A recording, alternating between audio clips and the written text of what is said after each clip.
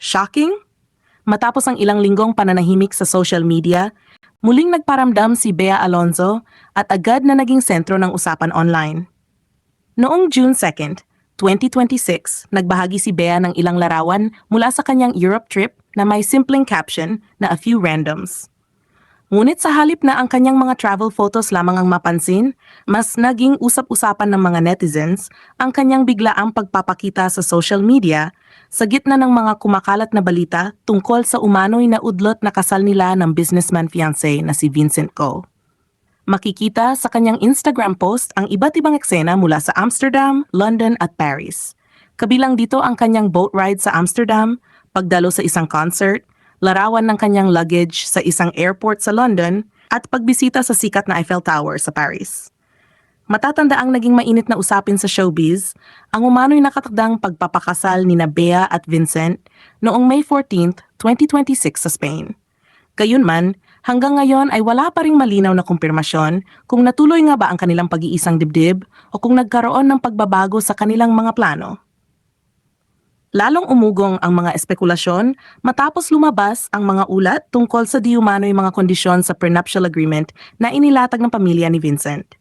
Bagamat hindi pa ito kumpirmado, naging sapat ito upang magbunsod ng samut-saring haka-haka tungkol sa tunay na kalagayan ng kanilang relasyon.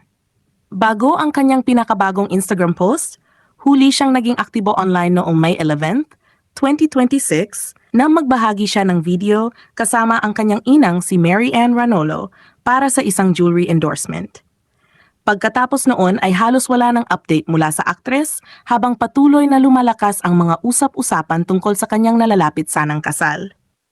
Noong May 25, 2026, muli siyang nasilayan ng publiko matapos iulat sa programang Fast Talk with Boy Abunda ang kanyang pagbabalik sa tapping ng kanyang upcoming kapuso drama series na Whispers from Heaven. Dahil dito, mas lalong dumami ang mga tanong ng publiko. Tahimik lang ba nilang inaayos ang kanilang relasyon? Naipagpaliban lamang ba ang kasal? O mayroon pang mas malaking katotohanang hindi pa nabubunyag hanggang ngayon?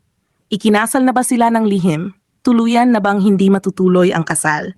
O may rebelasyong ikagulat ng lahat? Habang nananatiling tikom ang bibig ng magkabilang kampo, patuloy namang naghihintay ng kasagutan ang kanilang mga tagahanga.